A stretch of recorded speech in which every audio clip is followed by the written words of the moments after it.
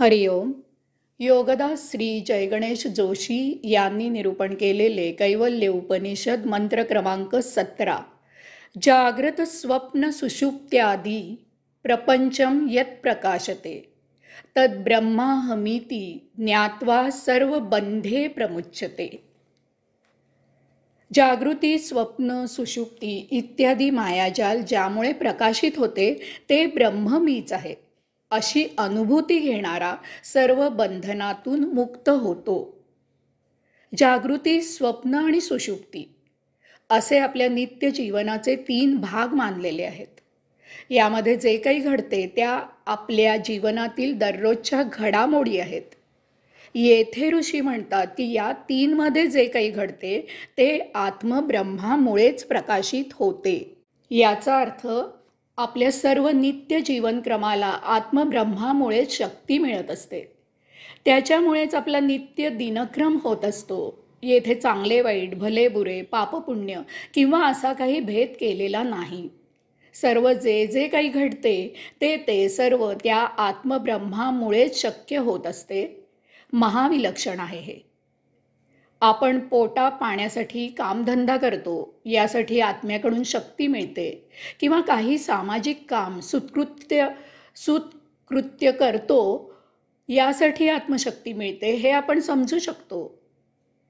परंतु चोरी करायला, डाका घालायला, खून मारामारी करायला, बळजबरी करायला आत्म्याकडून शक्ती मिळते असे सांगणे महाविचित्र वाटते. परंतु ही वस्तुस्थिती आहे. आत्मशक्ती हे आपल्याला मिळालेले वरदान आहे. त्याचा वापर कसा करायचा हे सर्वस्वी आपल्या हातात आहे. चाकूचा उपयोग कसा केला जातो याच्याशी तो चाकू तयार करणाऱ्याला कर्तव्य नसते. विवेक, संयम आणि त्यासाठीची तारतम्य बुद्धी ही ज्याची त्याने वापरायची आहे. ऋषी हे सर्व ठासून सांगत आहेत. यामागे काही कारणे आहेत. आपण आत्तापर्यंत निरूपणात पाहिले की परम आत्मशक्ती ही सर्वोच्च आहे. त्यामधूनच हे विश्व आणि त्यातील तमाम वस्तुजगत निर्मित झाले आहे. या तमाम वस्तुजगतात ते निर्माण करते आत्मब्रह्म व्यापून आहे. येथे सजीवसृष्टी त्याच आत्म्यामधून निर्मित झाली आहे. प्रत्येक सजीवात अंशात्मक रूपाने परम आत्मतत्व निवास करत असते. आपली ताकद, शक्ती, प्रेरणा, आत्मशक्ती म्हणजे आपणच आहोत. मग अशा परिस्थितीत आपण सर्वांनी विधायक कर्मच केले पाहिजे.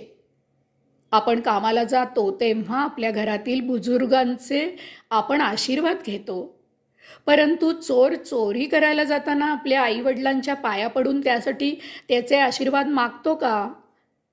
की डाका घालायला, हातपाय तोडायला, तेथे खून करायला कोणी डाकू आपल्या आजोबा आजीचा आशीर्वाद घेतो का? अशी आपण कल्पनाही करू शकत नाही. कारण दुष्कृत्ये ही छुपेपणाने केली जातात. स्वतःच्याही सत्सत विवेक बुद्धीच्या विरुद्ध केली जातात. त्यासाठी अनैतिकतेचा पाठिंबा असतो. ही अनैतिकता आपल्यामध्ये आपणच निर्माण केलेली असते. सुकर्म करणारा जी आत्मशक्ती वापरतो तीच आत्मशक्ती कुकर्म करणारा वापरत असतो. कारण प्रत्येकात त्याच एकमेव आत्मतत्वाचा अंश असतो. अहंकार, अभिमान, अहममान्यता यामुळे कुकर्म होत असते. जगताजवळ चुकीचा संबंध ठेवल्याचा तो परिणाम असतो.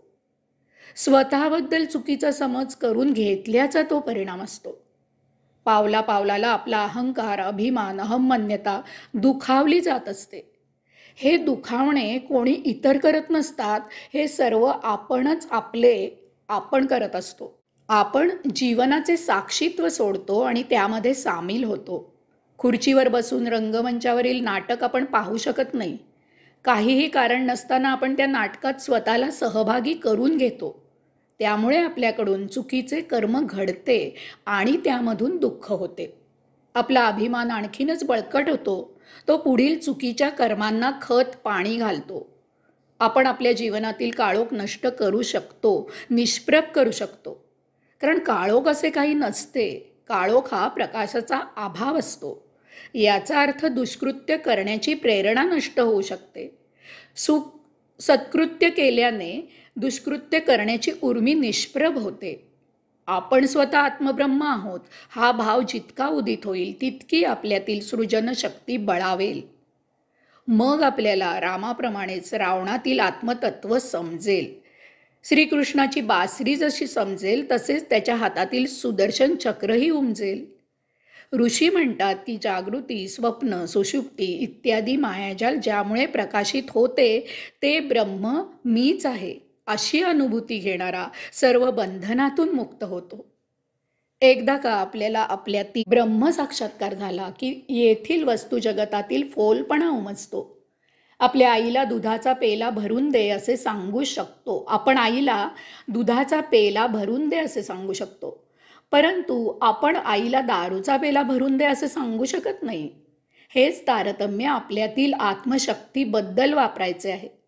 या परम पवित्र शुद्ध सर्वोच्च आत्मशक्तीचा उपयोग त्यालाच समजून घेण्यासाठी त्यालाच शोधण्यासाठी करायचा आहे. एकदा का तो शोधला की आपल्यात आत्मप्रेरणा उदित होते. आपण या मायावी वस्तू जगतात त्याचा अत्यावश्यक तेवढाच उपयोग करून आत्ममिलन या एकमेव मानवी देहाच्या कार्याला उद्युक्त होतो. तीच सर्वात महत्त्वाची उपलब्धी असते. येथे सर्व बंधने गळून पडतात. जीवन सुमार्गाला लागते. आपण मुक्त होतो. हरिओम.